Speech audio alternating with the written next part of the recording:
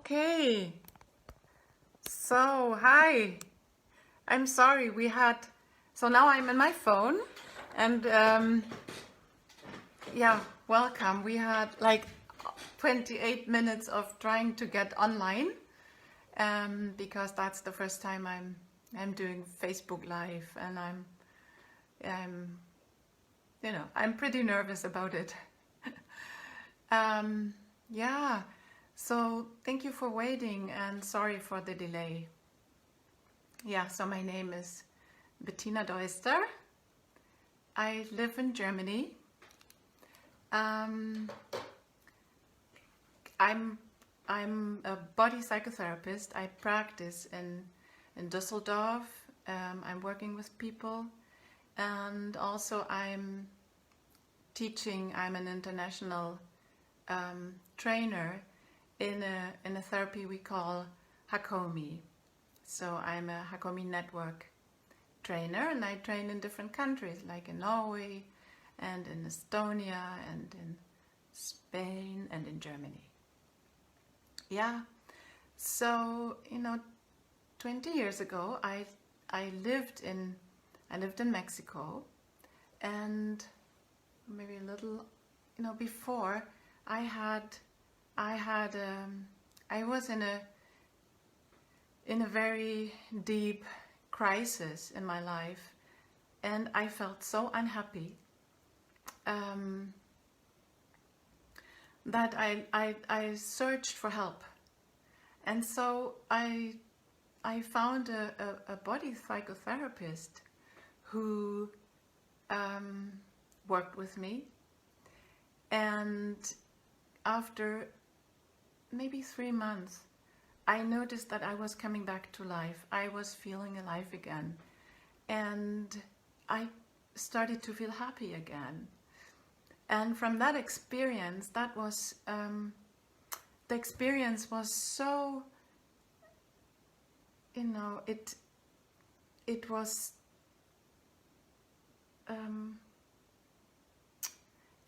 I'm almost missing words for it, because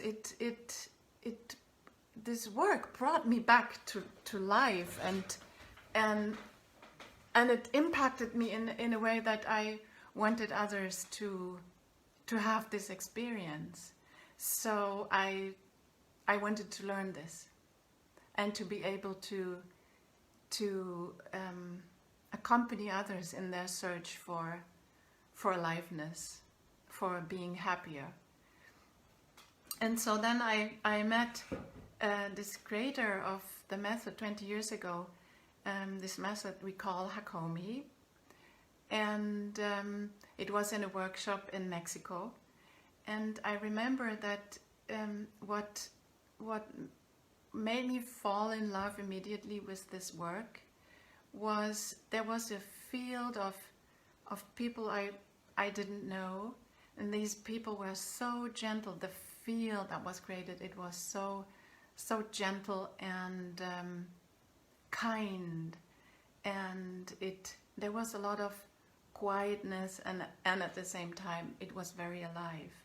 And so I felt afterwards, I felt so nourished, and I felt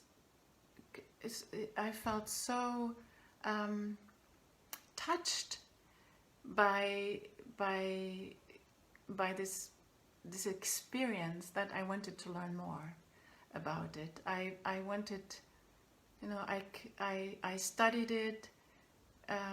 I kept studying, and I'm still studying, and I'm also teaching it now. And I learned different body psychotherapy methods. And so what Hakomi is, what I love most, and that's how I work with people. And just to give you a little idea what that means, so people coming, or people want, like what I needed, someone who walks a little with you, exploring your inner world. And we're exploring this together. So it's a discovery. It's a discovery that we're in a relationship, discovering together something about the world that is you're living in and that's unknown to you. And so what we're doing in Hakomi is we're slowing down. Yeah, we slow down, we lower the noise, we become a little more quiet, and we turn our attention to our inner world, to the world of experiencing. So, yeah, I'm just checking if this is still working. So the world of experiencing. And in this world, a lot of this is unknown to us. So we use little moments of what you could call mindfulness. We apply it to becoming quiet and noticing through our experience how we're relating to this world and how we're behaving based on implicit ideas and beliefs we're having that are no longer conscious to us. And this discovery, when we can discover this, it helps us to become conscious and to have more choice about our life. So that's a freedom we can gain by consciousness, by knowing who we are and what else is possible. Yeah. So we're now, all of us, we're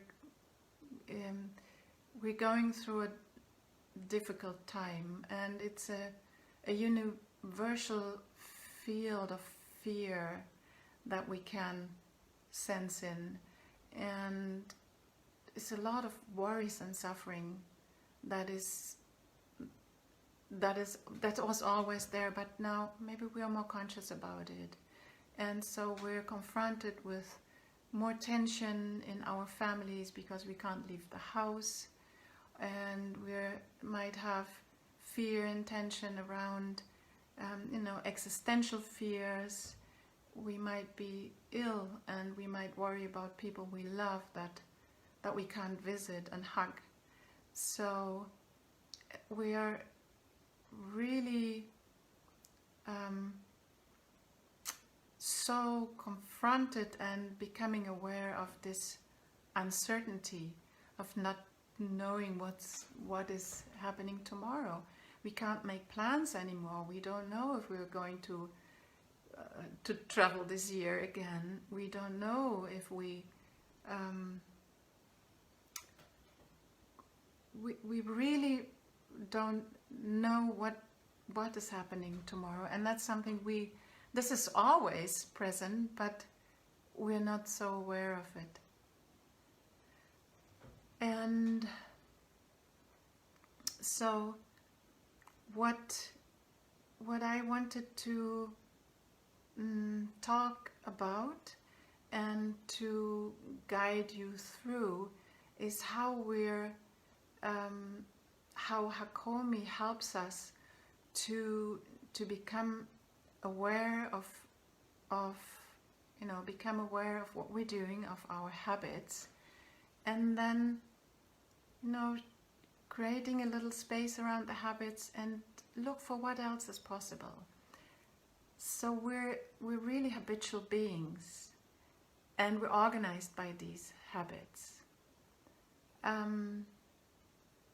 Like, for example, a habit is getting up in the morning and getting dressed, and you don't have to think about it, you just do it. And that's a good way. It's good because we don't have to think about it anymore. It's learned, You don't have to think about what is a toothbrush and how do I use it. May I have So I'm sorry, I just got a message. Okay, interruption. Yeah, so we don't, you don't have to learn how to use a toothbrush. You know that what it's for. You use it for you to brush your teeth. You know you need toothpaste, and the same way, because it's learned, and the same way we learn about relationships. We learn what we're expecting from the world. We learn how we're behaving. We learn how we're how we're protecting our vulnerability. We learn how to relate, how to we learn how to move in the world, and this becomes automatic. So there is an automaticity to our daily being, or the person we are, and this automaticity, that's what creates suffering when we're not aware. We don't have choice, and we think we have to experience over and over again situations that seem familiar to us, where we really suffer. So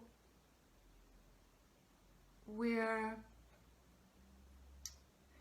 when I think now about this moment, let's imagine in a family it can be so challenging,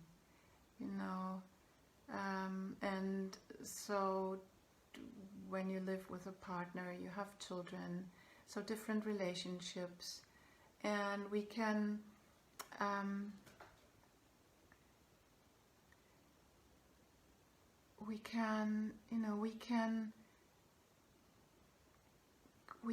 be so automatic that the conflicts that are created are perpetuated. Yeah. So when I'm working with, for example, a couple, so a few days ago a couple came, and we explored together how how they are creating conflict, and what is their reactions in conflict. And what was surprising for both of them, that there is something happening habitually.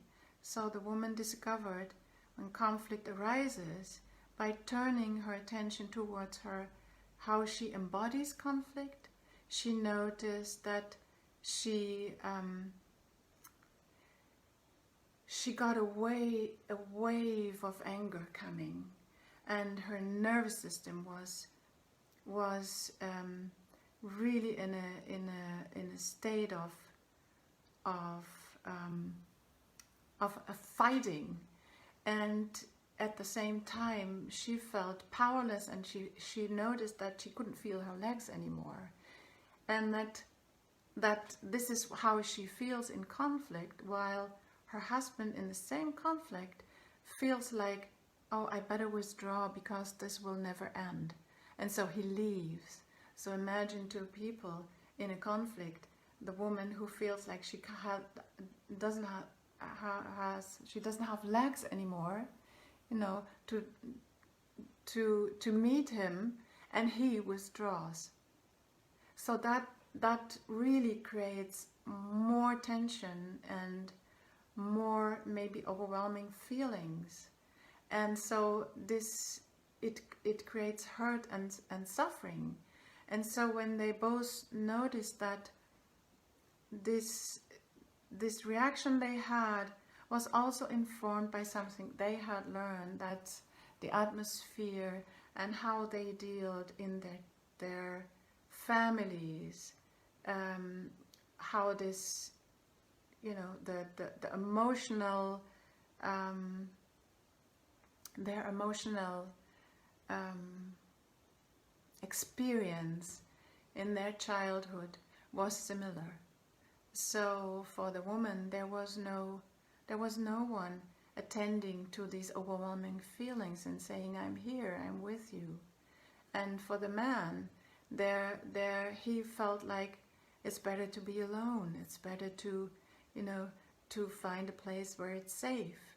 And so I will guide you through a little practice together so that you can discover something, because that's and see for these two people how the experience and the discovery was when we know about this and create a little space, what else can we see in our partner, and how can we shift our attention from a lens of when we're in conflict, when we're feeling fear, or when we're activated, we stop engaging and we look at the same person that was lovable and peaceful for us, and suddenly it turns to be a threatening person.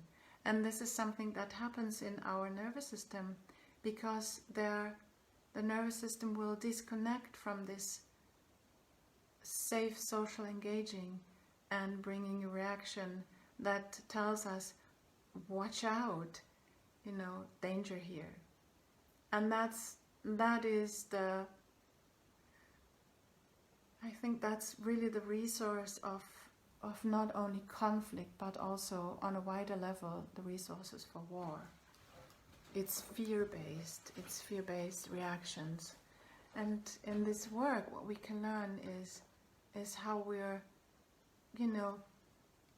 we notice how we're reacting, and then we can create a little space around it. We do little experiments with the reactions so that we then respond from a different place, from a more wide open place, a place where we're more connected to our heart, a place where we're more curious and wanting to know who is the other, or wanting to know what is happening to me. So I'll put my glasses on and I just look in. I have made a little plan here, and I just wanted to look for a moment. So really the question is, what helps me coming back to connection? What helps me to, maybe in an escalated conflict, to de-escalate? What helps me to bring more space to the situation and see more?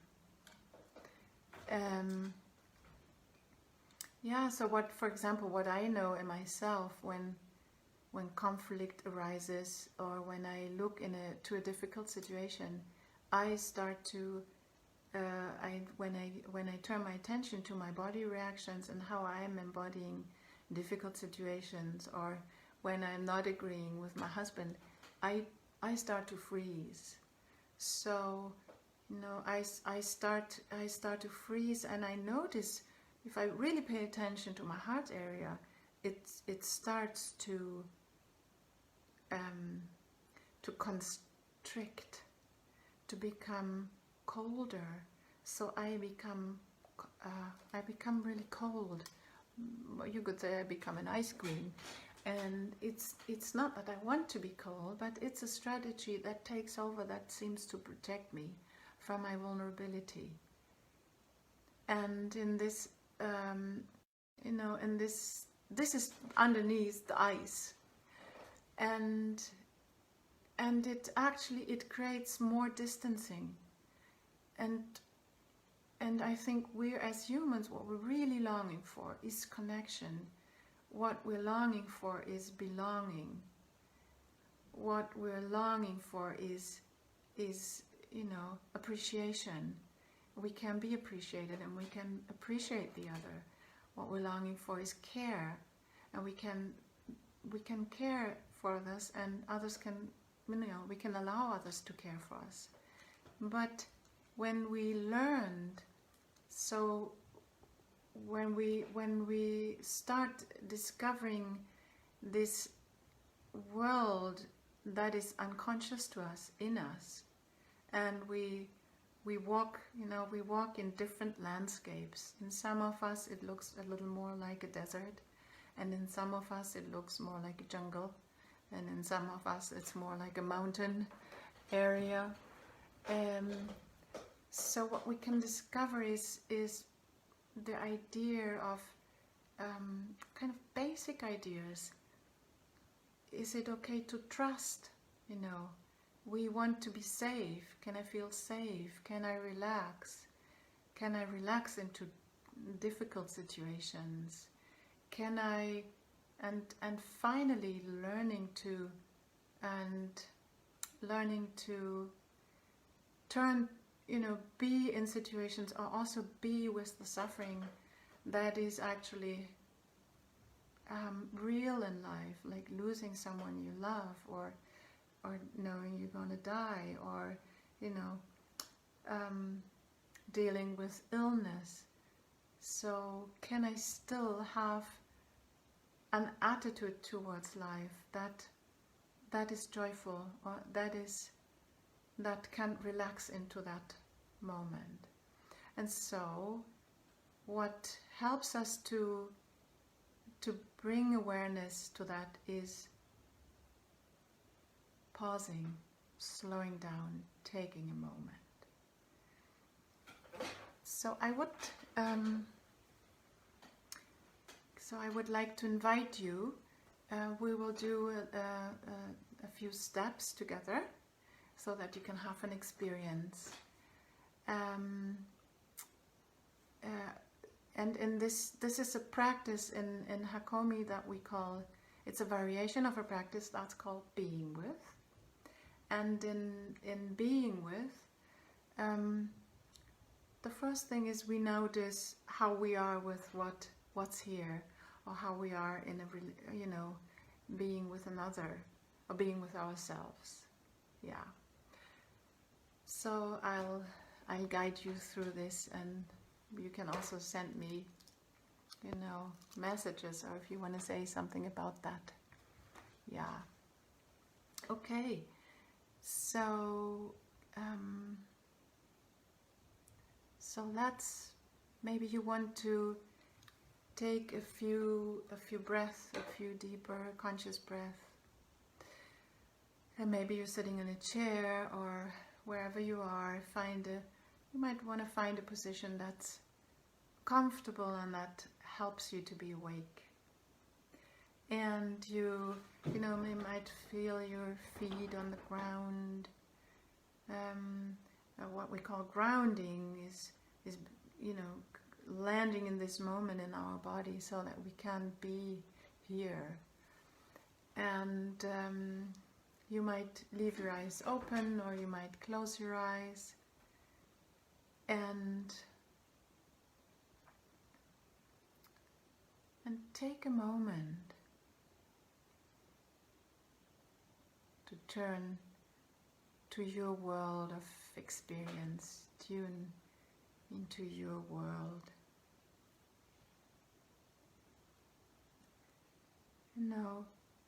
And the invitation is it's as if you are discovering a world for the first time. Be curious. It's a gentle look. So you can turn your attention. You might turn it to your breathing, maybe, and notice the up and down of your breathing. The in and out.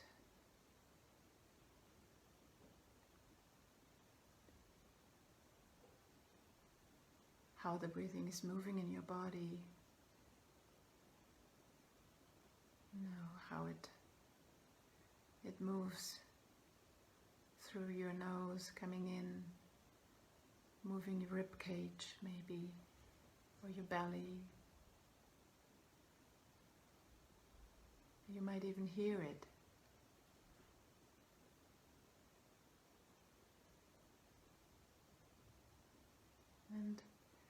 when you rest your attention for a moment in this breathing,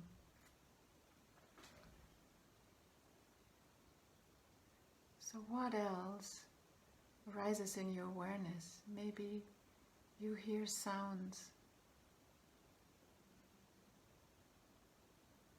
There might be faraway sounds or close sounds. And there might be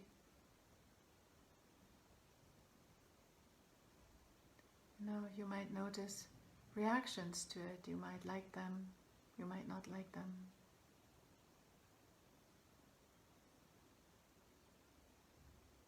And the invitation is not going and searching for anything, but just noticing, inviting into this awareness what arises. So there might be sensations.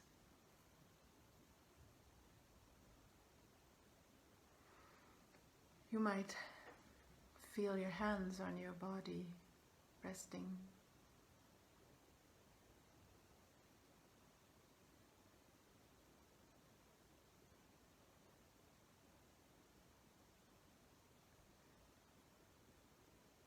Or you might, feel that the chair you're sitting in or the place you're sitting.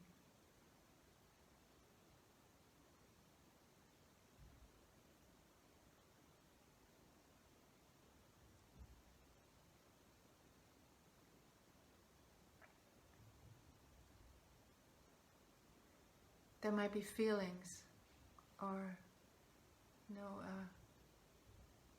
an inner atmosphere that's colored in a way,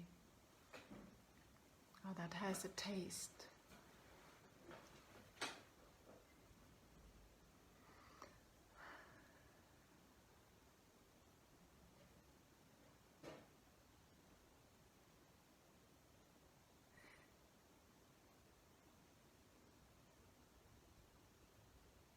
You might also be aware of the space around you.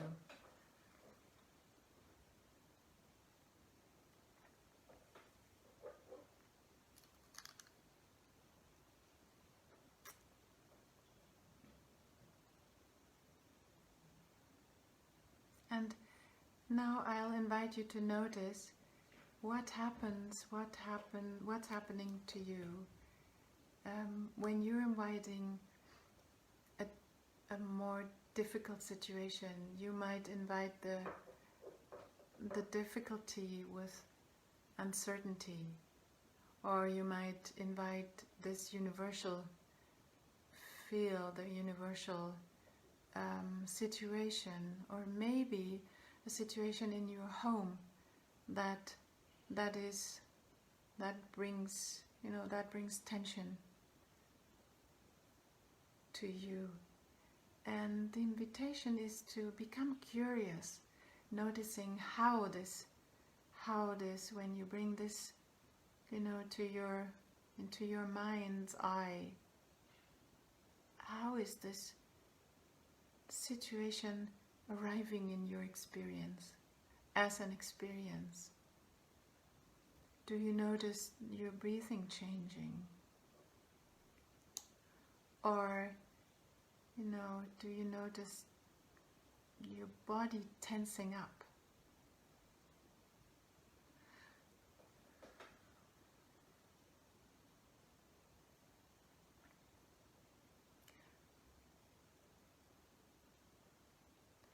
So, do you notice that your thoughts are changing? Is there, you might remember a situation.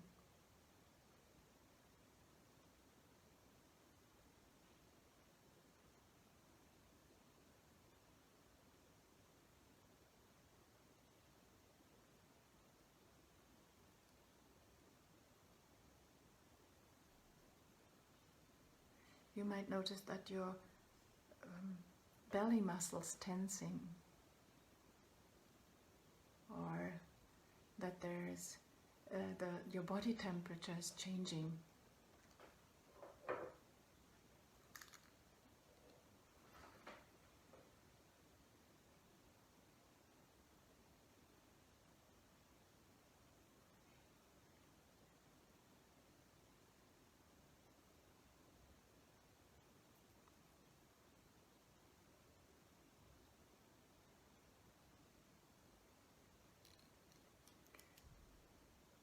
Maybe your feelings are changing in this moment. You know, you might notice that a feeling arises.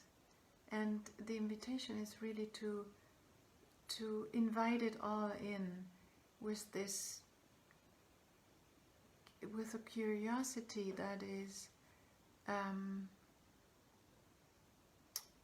it's kind of a gentle curiosity. It's not judgmental. It's, can we go, you know, can you step back for a moment, not judging what arises.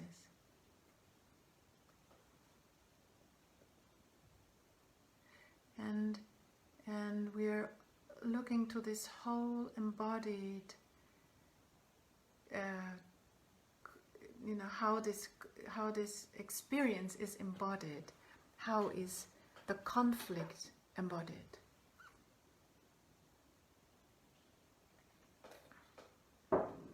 It's a state of mind, and during a day we're going through different states of mind, and or let's say embodied situations, and we have situations that we embody more, or where there are states of mind we're using more in a way.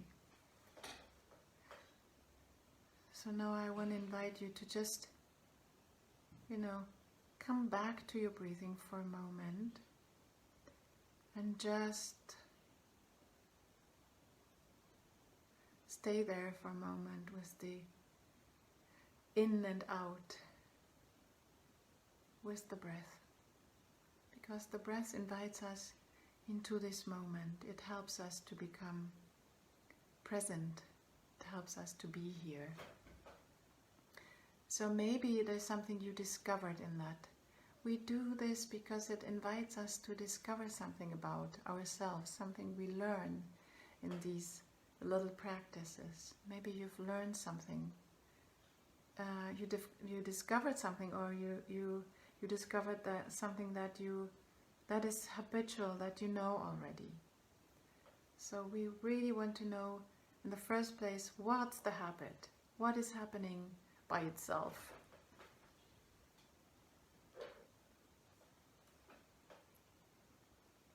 And so maybe, you know, when conflict arises, our nervous system shifts to, ooh, something is happening, watch out. And when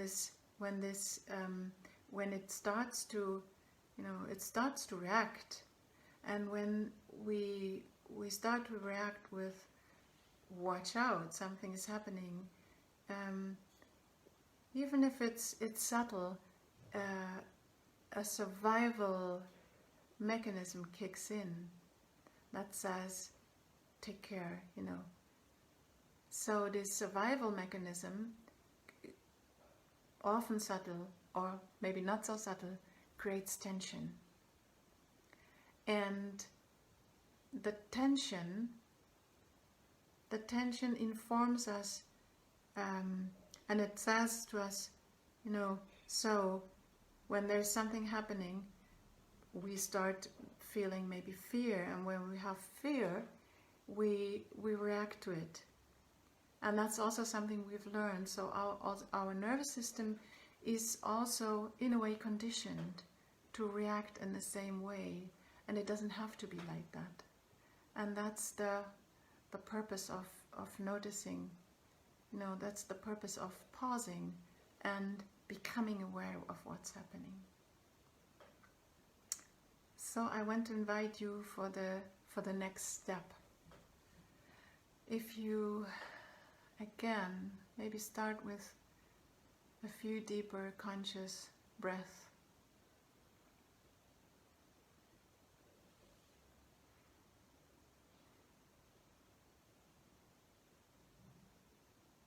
Turning your attention, again, tuning into your world of experiencing.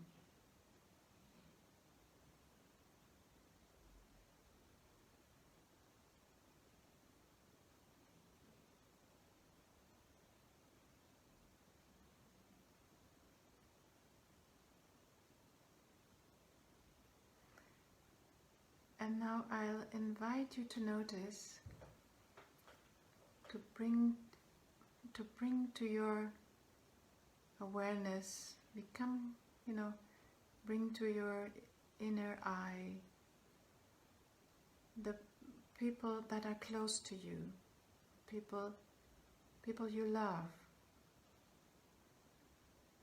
or the people that you share your home, people you care about. And notice what happens, when you become, bring to your consciousness that they are suffering. Maybe you bring someone to your mind that is suffering. Maybe someone suffering about existential fear, or suffering, being worried about illness.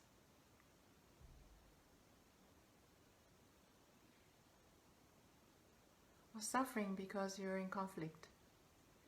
So bring your attention to your own suffering, and it's often we can notice our heart area.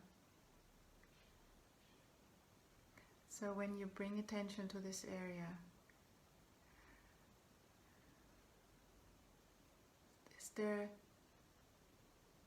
are there any shifts in your experience?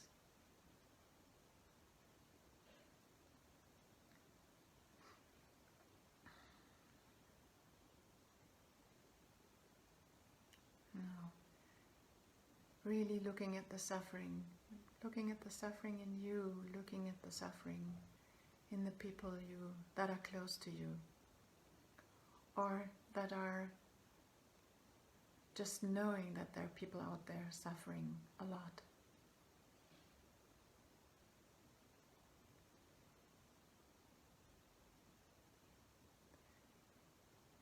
So can you notice any shifts in this embodied experience in your body, in your mind?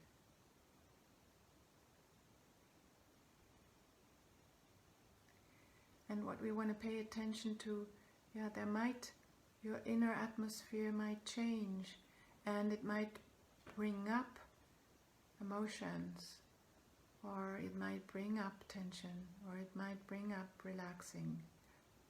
The invitation is to notice what happens for you in this. And when we look consciously towards our own suffering, when we're facing it might bring sadness or worry, and there might be, it might call up, a wish for reaching out. It might call up a feeling that's close to caring and compassion.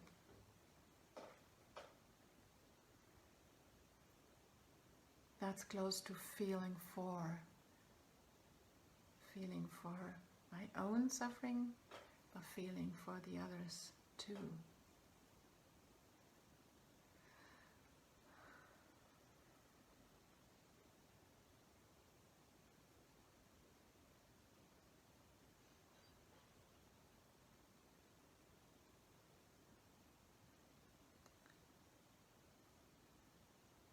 And can you feel, when you notice it in yourself, can you feel an impulse?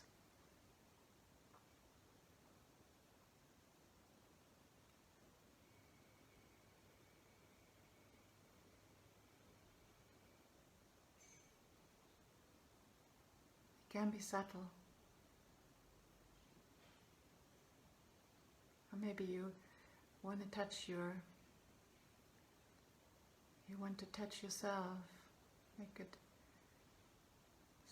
Sometimes we can feel the gentleness in ourselves, the gentleness in our own touch. Yeah. Just this gentle touch towards our own our own sufferings.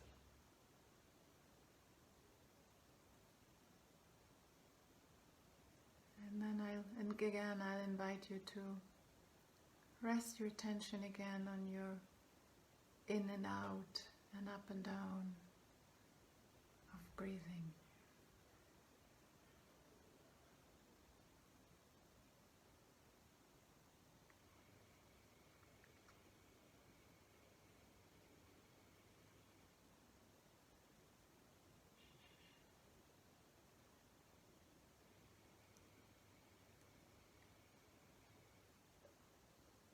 Yeah, and if we were now in a Hakomi group, we would for a moment maybe share with others what we discovered, because it opens us, it opens our heart, and it touches us when we are witnessed, when we're seen in this. It's something there's something very, very,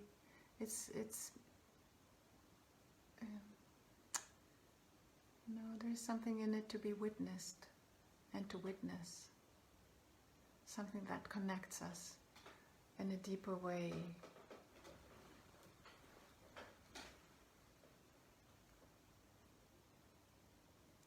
So maybe if you just take a moment and notice what is it that you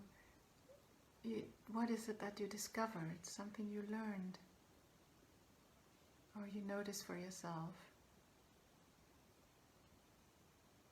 about turning towards suffering.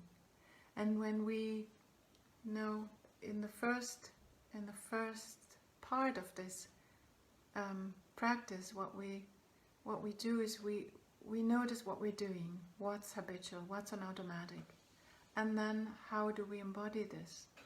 And then the second part is shift your attention. What happens when you look? We can shift the attention and look for the suffering in the other, or we can look for the child in them. We were all children, and we were all innocent, and we all, arrived in this world with wanting to be loved and expecting. We are wired expecting to be loved and to be cared for, and so sometimes it helps to look for this innocent child, because an innocent child, brings tenderness to us. It happens. It brings joy, and so it's a heart opener. It can open our heart again.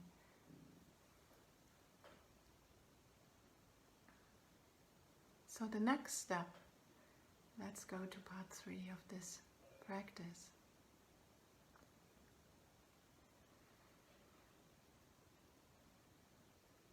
So again, the invitation is to turn towards your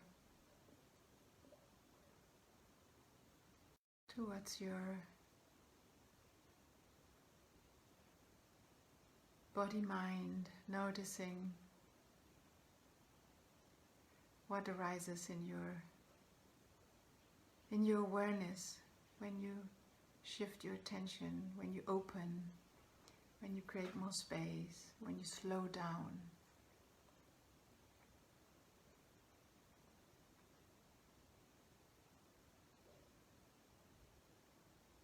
And the next step in this practice towards something we call loving presence is inviting, bring to your mind, look again as if you were looking at the people that are close to you, or the ones you're having a more difficult time, or to people out there in the world, maybe people you know.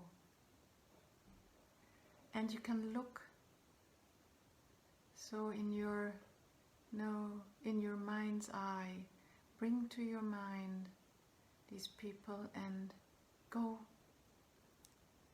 for look for and search for what we call inspiration. So you can what is it that you see in these people that are maybe close to you, or in your partner? You know, when you look in your partner's eyes, or when you look in your partner's face, what is it that inspires you and that softens your heart? What do you see as a human quality, as human beauty, as, you know, something that is in us and sometimes we don't notice or we forget? It's like a goodness that is in all of us. No, there might be a brave person,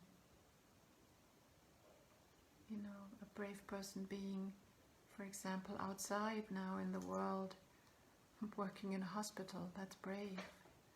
Or really, it might be an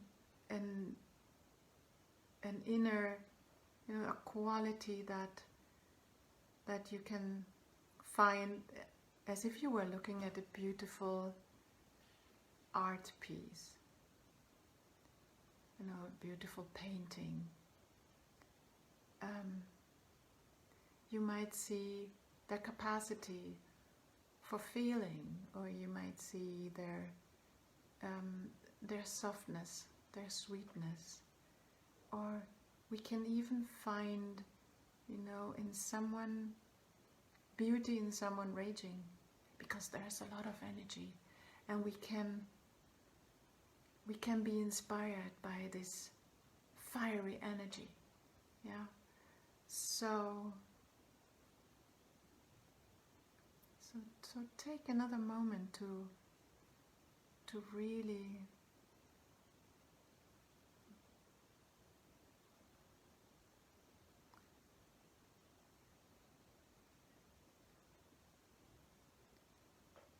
look into the person you're imagining now, or actually looking at in your home.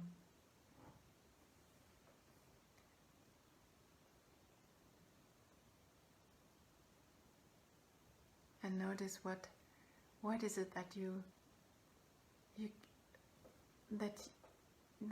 can allow yourself to take in as something that touches you, that nurtures you.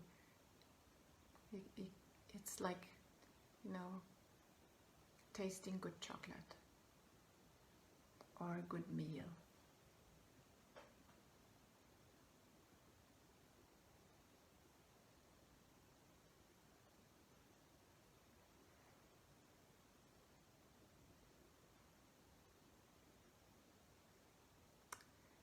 And again, the invitation is to notice, how is this embodied? When you really allow yourself to take that in, how does it change? How are you changed by it in your inner world? Because when we allow to meet someone in this way, we're changed in this moment. We're changing with each other. So can you notice how this experience, how this intentionally looking for what softens my heart, what gladdens my mind? Can you notice this as an embodied experience? Can you notice maybe that your heart area softens, or that your belly relaxes, or that your shoulders are relaxing, or maybe your breathing changes.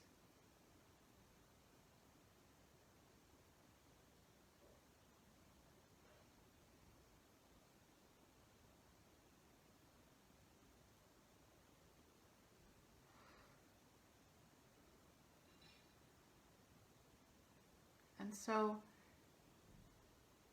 rest again for a moment, your attention on this in and out and up and down of breathing.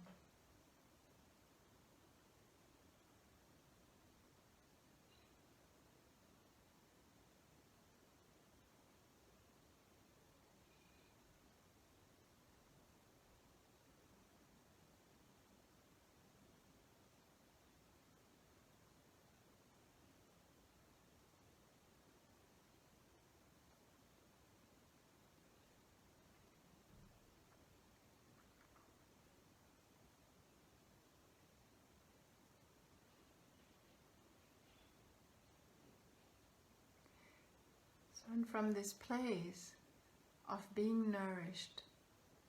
So when you now turn your attention again towards the situation that you might want to look at, that is a little more tense for you, or that is a situation you're fearing, and you're, being from this nourished place, being aware of the nourishment, you turn towards the situation again.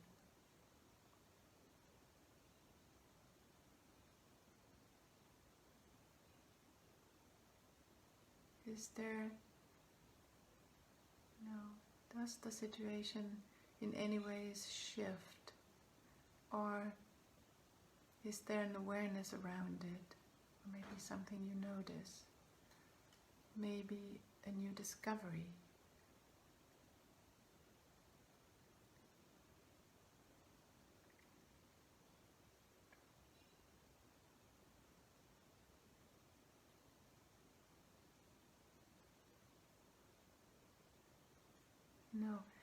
We're always having in mind, and what else is possible? What else can happen? Is there a new experience for me?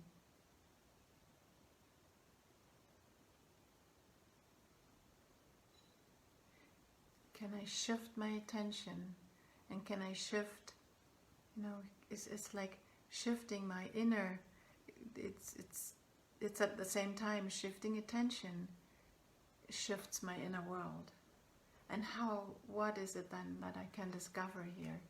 How can I relate in a different way to the situation?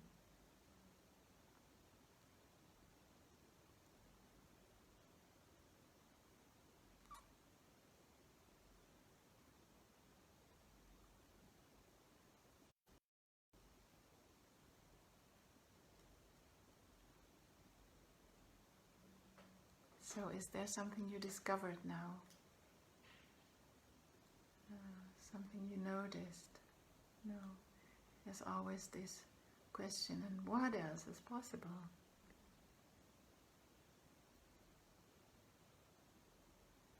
When I worked with this couple, and we did this step of looking for what is it that I see in my partner that inspires me.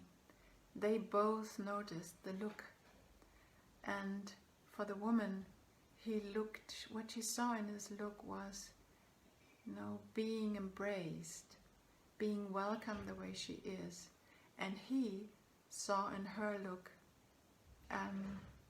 a joyfulness, a humor, something that was always there from the beginning. It was a joyful, playful, curious girl that enjoyed just being, and it both shifted there.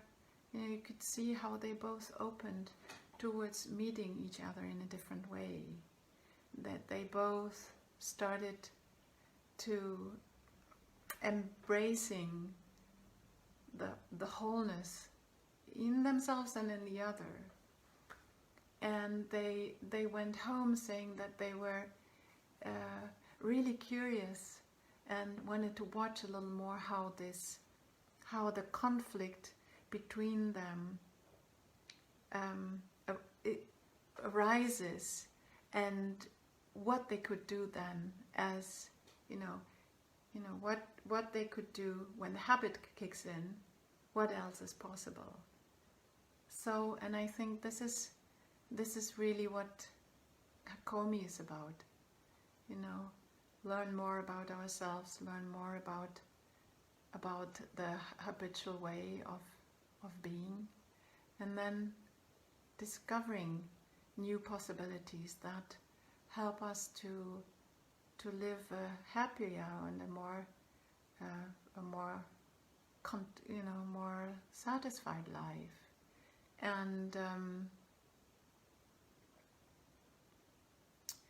And the steps we did is a practice that we call, something we're working, we want to practice it, and we want to work in this state of mind that you call loving presence. And loving presence is something that arises in us spontaneously when, for example, when you look at a newborn baby, or you see your puppy coming towards you and being happy that you're back home. So this is something that happens to us. It arises spontaneously. And there are, Ron Kurtz, the creator of the method, he taught that that we actually can do little steps to invite this loving presence in us to become more present, because it invites love, and to see more, to see deeper, to invite the other more in. And so I think this is something that we can apply this at home. We can apply this with people we love. We can, we can apply it with any situation. We can look in any situation. For example, if you now go back again to this conflict, any situation that is, what is the gift in this situation? How is it, what is it bringing to me that, helps me grow, that helps me open my heart? Yeah. So we're coming towards the end.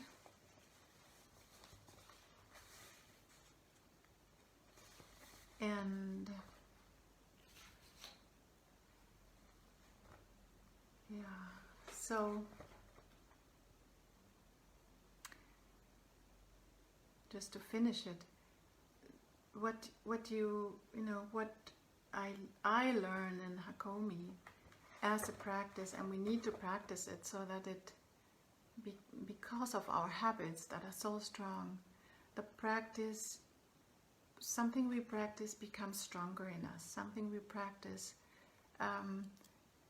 becomes, in a way, a new habit, hopefully conscious. And so I think we can really practice to open our heart. There is no ending in this learning. We can practice being present.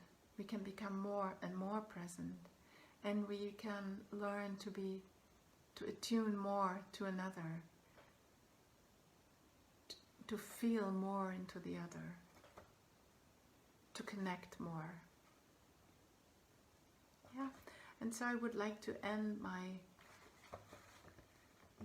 little talk with a poem from a Buddhist teacher, very sweet teacher and very known, and his name is Thich Nhat Hanh.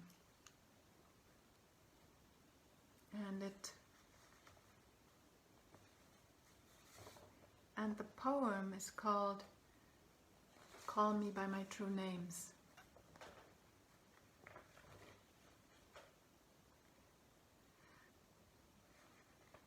So, call me by my true names. Don't say that I will depart tomorrow. Even today, I'm still arriving. Look deeply. Every second, I'm arriving to be a bud on a spring branch, to be a tiny bird with still fragile wings, learning to sing in my new nest, to be a caterpillar in the heart of a flower, to be a jewel hiding itself in a stone. I still arrive in order to laugh and to cry, to fear and to hope. The rhythm of my heart is the birth and death of all that is alive. I'm a mayfly metamorphosing on the surface of the river. And I'm the bird that swoops down to swallow the mayfly. I'm a frog swimming happily in the clear water of a pond. And I'm the grass snake that silently feeds itself on the frog. I'm the child in Uganda, all skin and bones. My legs are thin as bamboo sticks. And I'm the arms merchant, selling deadly weapons to Uganda. I'm the 12-year-old girl, refugee on a small boat, who throws herself into the ocean after being raped by a sea pirate. And I'm also the pirate, my heart not yet capable of seeing and loving. I'm a member of a Politburo with plenty of power in my hands, and I'm the man who has to pay his debt of blood to my people dying slowly in a forced labor camp. My joy is like spring, so warm, it makes flowers bloom all over the earth. My pain is like a river of tears, so vast it fills the 4 oceans. Please, call me by my true names, so I can hear all my cries and laughter at once, so I can see that my joy and pain are one. Please, call me by my true names, so I can wake up and the door of my heart could be left open, the door of compassion. So, I thank you for listening and joining, and I think it's a beautiful reminder that compassion is our true nature, and that we can discover it more and more and live from that place. So thank you, and bye-bye.